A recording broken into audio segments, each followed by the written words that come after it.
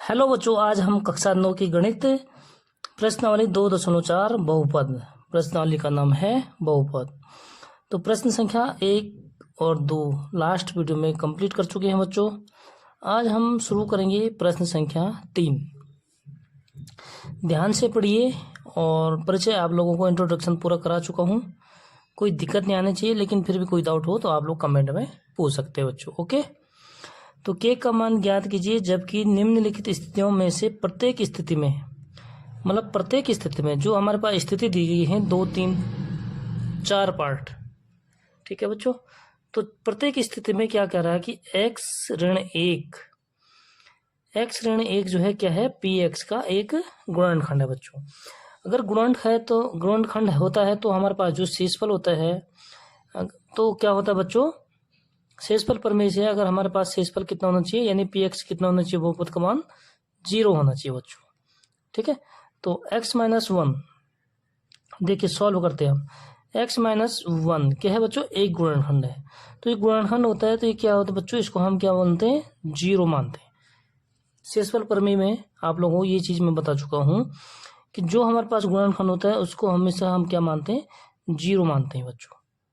ठीक है, 0 के बराबर करते हैं उसको। ठीक है, ताकि हमें क्या होता है, x का मान प्राप्त हो जाता है।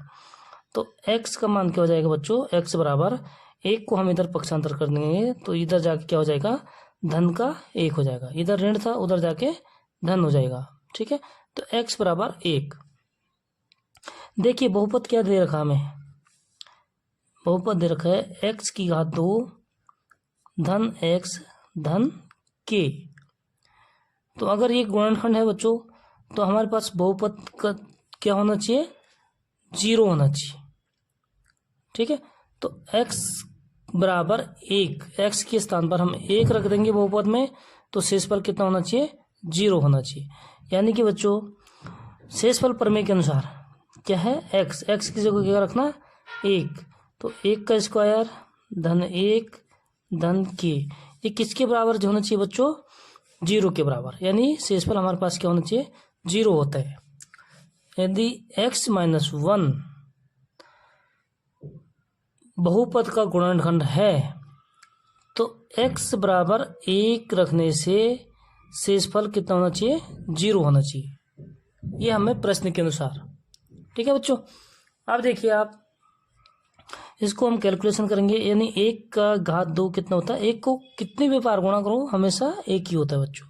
ठीक है, और धन 1 धन के बराबर 0, यानी 1 और 1 कितना हो जाएगा बच्चों, 2, धन के बराबर 0, धन प्लस। ठीक है, प्लस को हिंदी में धन कहते हैं। तो के बराबर क्या हो जाएगा बच्चों, 2 को हम उस तरफ शिफ्ट कर देंगे बराबर के, तो इधर क्या है, धन का है, तो उधर जाके क्या हो जाएगा, ऋण 2। तो के का मान हमने ज्ञात करना है, तो के बराबर क्या हो गया बच्चों, ऋणात्मक 2 यानी -2। ठीक है, ये हो गया हमारा फर्स्ट पार्ट। इसी तरह बच्चों हमारे पास सेकंड पार्ट है।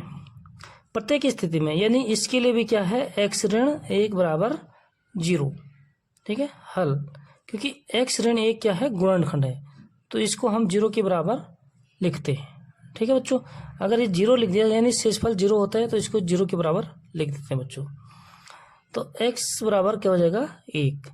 तो x के स्थान पर 1 रखेंगे हम बहुपद में, तो p1 बराबर क्या हो जाएगा, 2, और x की जगह 1 रखेंगे और उसकी घात 2 है, धन के x मतलब 1, और धन √2। ठीक है, तो ये किसके बराबर होना चाहिए, शेषफल 0 होना चाहिए। फिर अगर गुणनखंड है तो गुणनखंड है तो वो तो पहले ही क्वेश्चन में दिया हुआ है। ठीक है, तो क्या हो जाएगा हमारे पास, शेषफल 0 हो जाएगा बच्चों, यानी बहुपद का मान 0 हो जाएगा। इसको कहते हैं हम शेषफल। कैलकुलेशन करेंगे, 1 का वर्ग 1 ही होता है बच्चों, यानी 1 को हम 2 बार गुणा करेंगे तो 1 ही होता है। फिर 2 से 1 को गुणा, 2 कम 2, धन 1 गुणा के यानी के, और धन √2। ठीक है, इम्प्लाइज डेट है बराबर 0। तो के बराबर क्या हो जाएगा बच्चों, के को इधर रखेंगे इसी साइड, और बाकी जो हमारे पास नंबर्स हैं उनको हम जो है दूसरी तरफ रख देंगे बच्चों। तो इधर क्या है, धन का 2 है, उधर जाके ऋण 2 हो जाएगा, और धन √2 है तो उधर जाके ऋण हो जाएगा √2। तो बच्चों ये हो जाएगा हमारा के का मान, ठीक है, उत्तर। इसी तरह करेंगे हम थर्ड पार्ट। देखो क्वेश्चन नंबर 3 का थर्ड पार्ट है, पी एक्स यानी जो बहुपद दिया है बच्चों हमें वो क्या है, के एक्स स्क्वायर ऋण √2x धन 1। और प्रत्येक स्थिति में मतलब यहाँ भी क्या है, x ऋण 1 क्या है, हल करेंगे बच्चों हम। तो x ऋण 1 एक गुणनखंड है, तो गुणनखंड है बच्चों, इसको हम लिखते हैं 0 के बराबर, ठीक है, ताकि हम x का मान रखेंगे, x का मान जो है जो हमें प्राप्त होगा उसको हम रखेंगे बहुपद में, ठीक है बच्चों। तो x ऋण 1 बराबर हो गया 0, तो x बराबर हो जाएगा 1। तो बहुपद में x के स्थान पर शेषफल प्रमेय के अनुसार क्या होता है कि x के स्थान पर यानी हम 1 रखेंगे बच्चों, तो हमारे बहुपद का मान कितना हो जाएगा 0, क्योंकि x - 1 क्या है, गुणनखंड है, ठीक है बच्चों। अब देखिए x के स्थान पर 1 रखेंगे बराबर के एक्स स्क्वायर यानी x1 का स्क्वायर ऋण √2 और x के स्थान पर रखेंगे बच्चों 1 और धन का 1, किसके बराबर होना चाहिए, 0 के बराबर। 0 के बराबर क्यों बच्चों, क्योंकि गुणनखंड है, ठीक है। अब देखिए इम्प्लाइज डेट, इम्प्लाइज डेट का मतलब होता है बच्चों इस चीज को हम सेम नीचे रख रहे हैं लेकिन उसको थोड़ा हल करके, ठीक है। तो 1 का स्क्वायर 1 ही होता है और 1 को गुणा से के करेंगे तो के ऋण √2 को हमें 1 से गुणा, किसी भी संख्या को 1 से गुणा करने पर कोई बदलाव नहीं होता है, ठीक है। तो ये हो जाएगा √2 और धन 1, ठीक है, इसके बराबर 0 के बराबर। हमें के का मान प्राप्त करना है तो हम इस साइड तो के लिखेंगे बच्चों, और बराबर बाकी जो नंबर्स हैं जो अंक हैं उनको दूसरी तरफ लिखेंगे। तो ये ऋण है उधर जाके हो जाएगा धन, धन आगे से लिखते नहीं, धन ही होता है, ठीक है बच्चों। धन है उधर जाके ऋण हो जाएगा बच्चों ऋण 1। तो ये हो गया हमारा के का मान, ठीक है बच्चों। समझ में आ रहा है? अगर समझ में नहीं आ रहा तो फटाफट कमेंट में बताओ। पार्ट चौथा पार्ट, बहुपद दिया है बच्चों हमें पी एक्स बराबर के एक्स स्क्वायर ऋण 3x धन के। तो x ऋण 1 क्या है बच्चों, हल लिखेंगे आगे से, गुणनखंड है, यानी x ऋण 1 गुणनखंड है तो हम इसको 0 के बराबर करते हैं, ठीक है, ताकि हमें x का मान, क्यों करते हैं, क्योंकि हमें x का मान निकालना है बच्चों, ठीक है। तो x बराबर क्या हो जाएगा 1। शेषफल प्रमेय के अनुसार x के स्थान पर रखेंगे बच्चों हम 1, तो बराबर बहुपद का मान कितना होना चाहिए, अगर गुणनखंड है तो 0 होना चाहिए, ठीक है, यानी शेषफल जो होता है इस हिसाब से हमारा क्या निकालता है, जो मेथड हम कर रहे हैं बच्चों इसके अनुसार हमारा जो इसका मान निकालते हैं ये क्या निकलता है, शेषफल। अगर गुणनखंड है तो शेषफल क्या होता है, 0 होता है, ठीक है।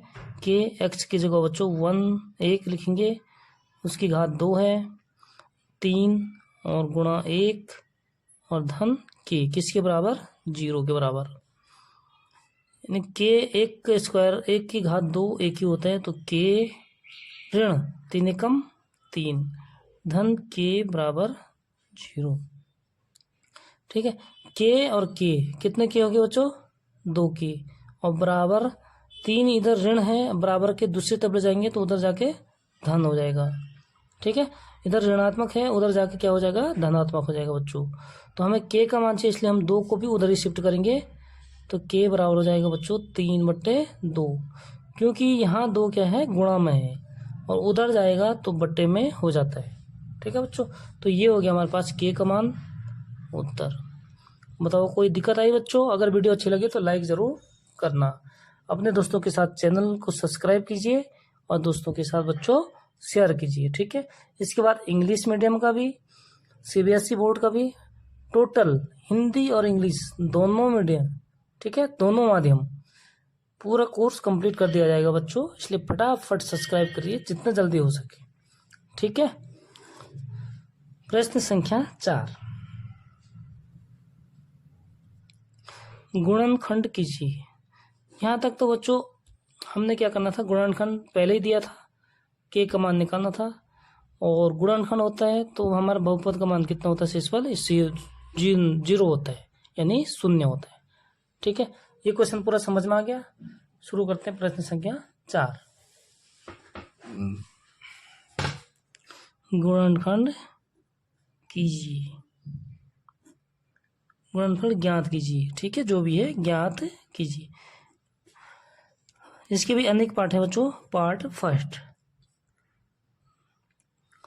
फर्स्ट है बच्चों 12x⁻2 ऋण 7x और धन 1।